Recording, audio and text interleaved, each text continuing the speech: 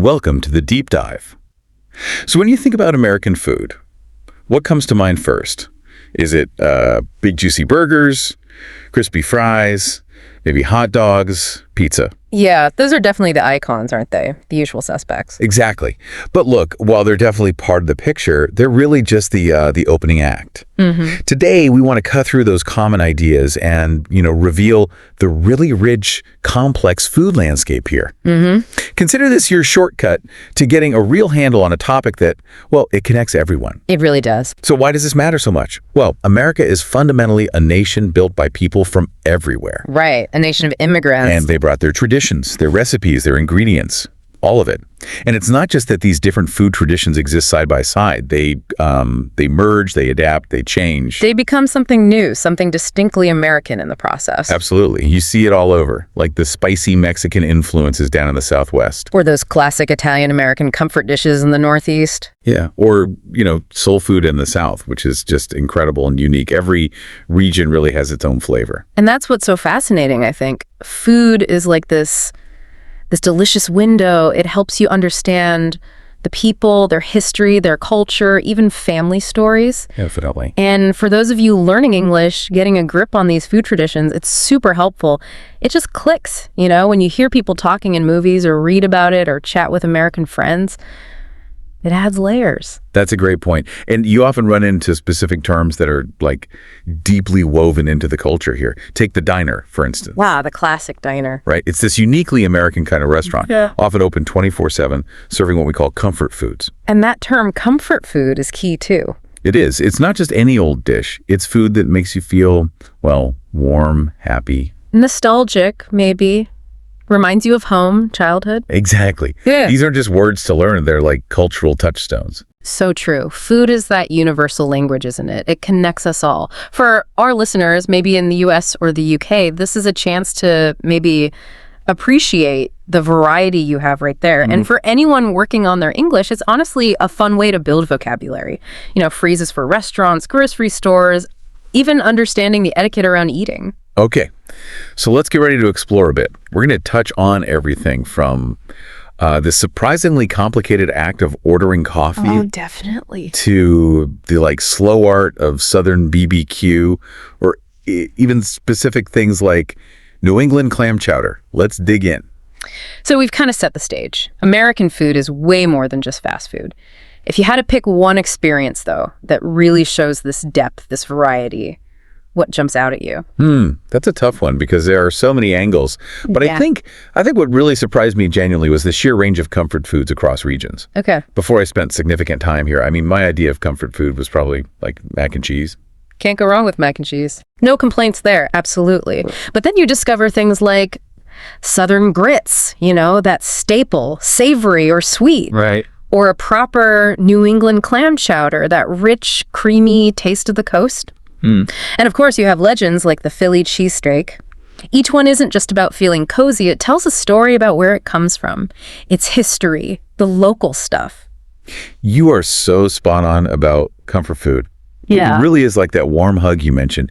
And for me, that feeling is just perfectly captured by the classic American diner. Yeah. The vibe, the shiny chrome, the red booths. Endless coffee. The endless coffee refills, yes. Yeah. There's just something about sitting at that counter. Maybe it's 2 a.m., you're having pancakes. And you hear the sizzle from the kitchen. Exactly. The sounds, the smells. It just feels like a timeless slice of America. The diner is definitely iconic. And, speaking of coffee, you hinted at it.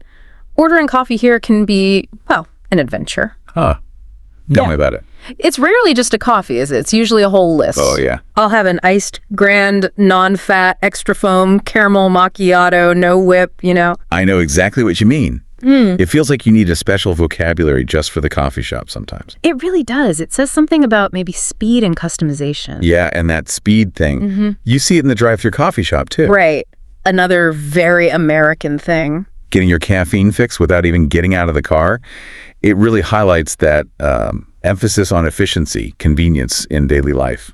That's a really good point about efficiency, but what's fascinating is how that need for speed exists right alongside this deep appreciation for slow food. Okay, yeah. Especially when you look at something like Southern BBQ. Ah, BBQ. Now you're talking. It's a whole different universe, isn't it? Definitely not fast food. Yeah. It's more like a ritual. Hours and hours of slow cooked meat. Patience is key. Totally. And the sauces, they're so distinct. You've got tangy vinegar-based ones in the Carolinas, then maybe sweeter molasses-heavy styles in Kansas City.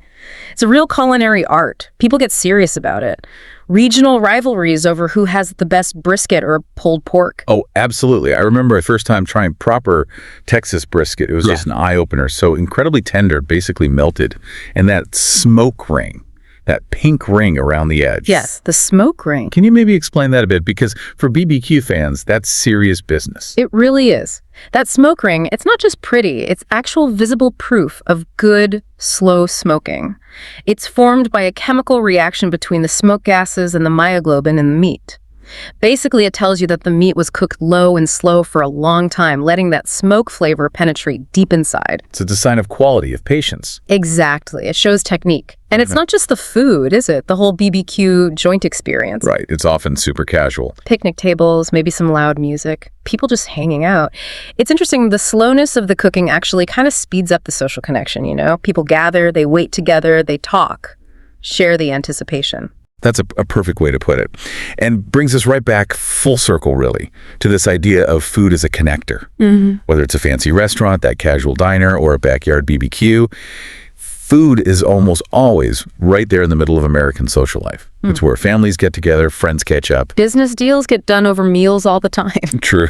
It's this like common thread, delicious but common, woven through everything. It really is. And I think that's why exploring this resonates. You know, everyone eats, everyone connects over food. And looking at American food culture really does give you that delicious window into the country's heart and soul. Yeah. It becomes pretty clear there's just so much more going on than those fast food menus suggest. It reflects the people, the history, the ongoing story.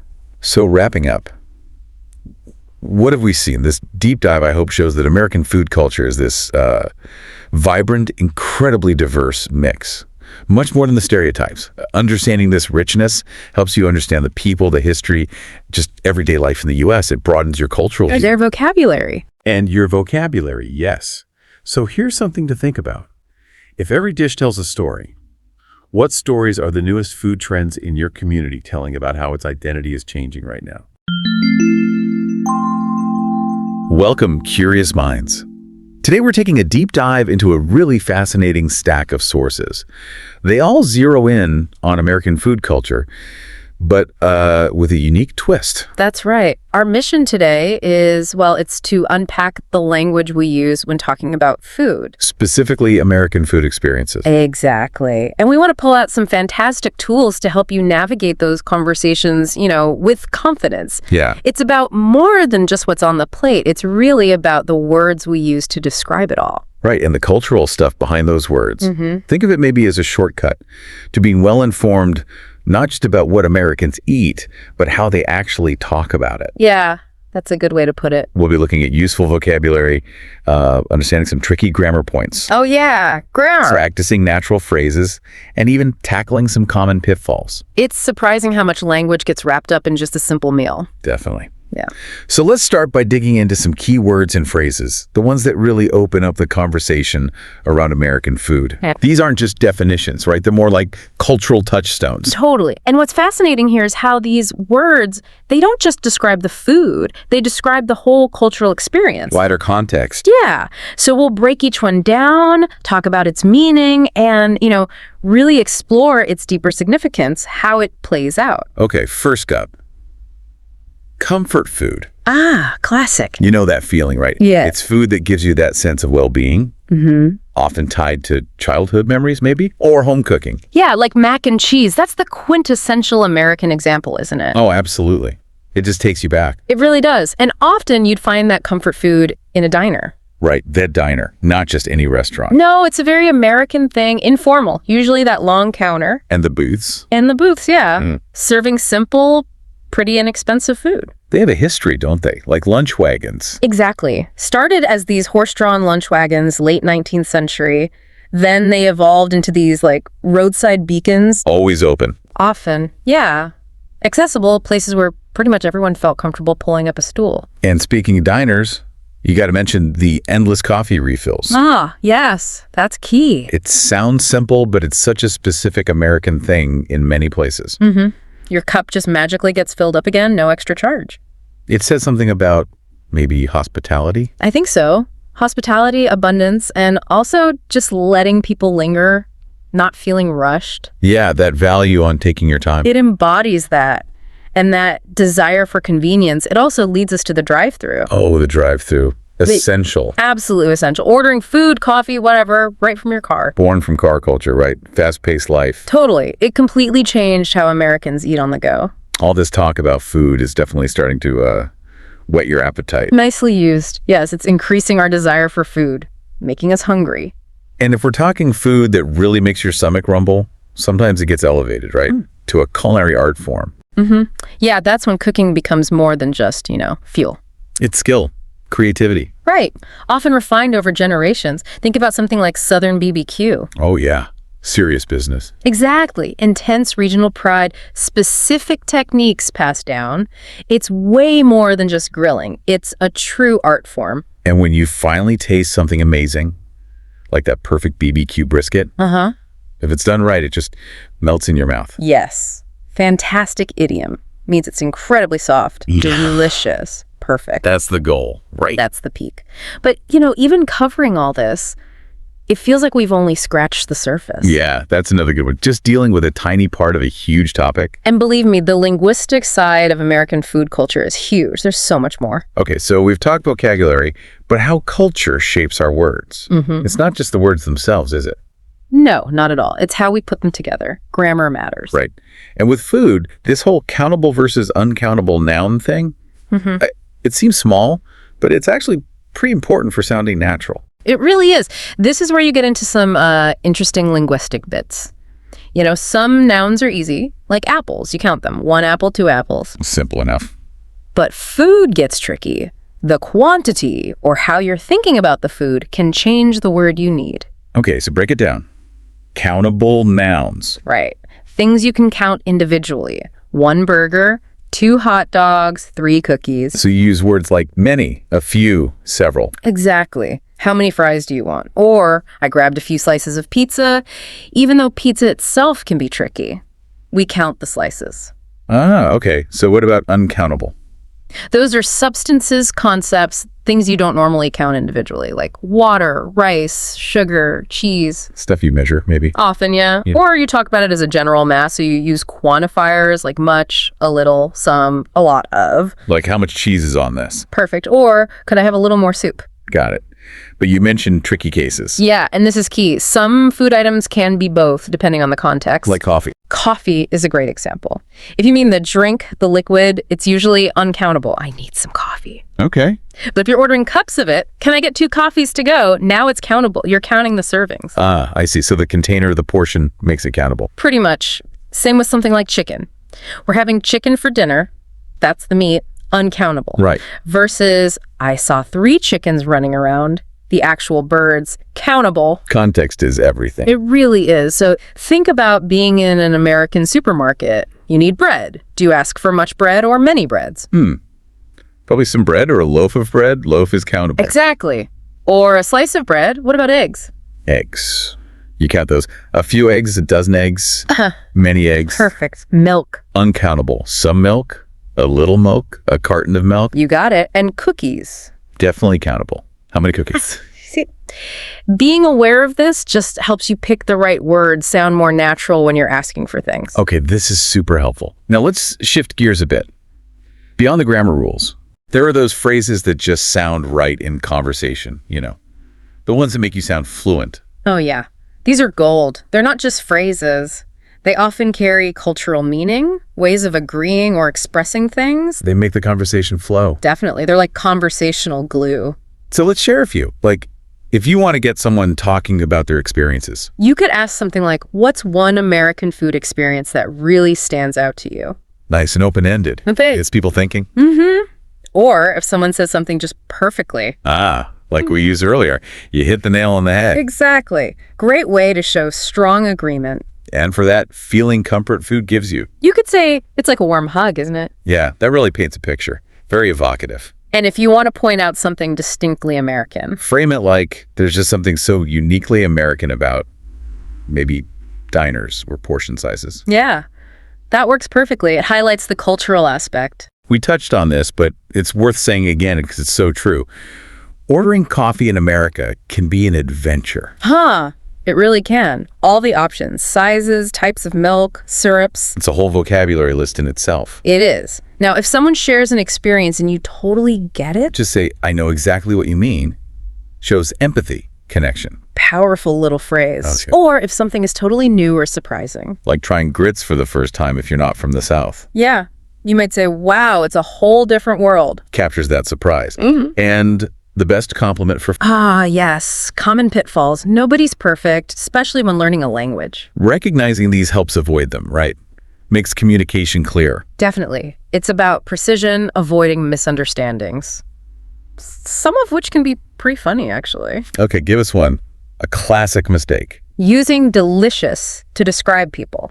Oh, right. Heard that one. You might hear someone say, the chef was very delicious. Oh, yeah. Sounds like cannibalism. Exactly. You mean the food was delicious, or the chef was very talented or skilled. Okay, good distinction. Food is delicious. People are talented. Got it. Yeah. What else? Another common one, especially around restaurants or cooking, is mixing up receipt and recipe. Yeah.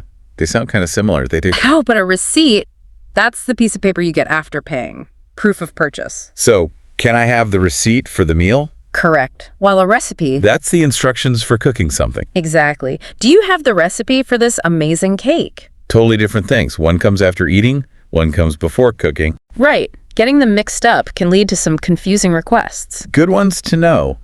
Avoid eating the chef and asking for cooking instructions when you want to pay.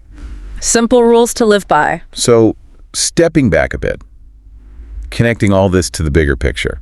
Well, I think mastering these kinds of linguistic tools, it's not just about learning words. It's more than that. Yeah, it's about gaining cultural literacy. It's about being able to truly engage with the world and the people around you in a more, well, a deeper way. So what does this all mean for you listening? It means every meal, maybe every coffee order, every dish you share.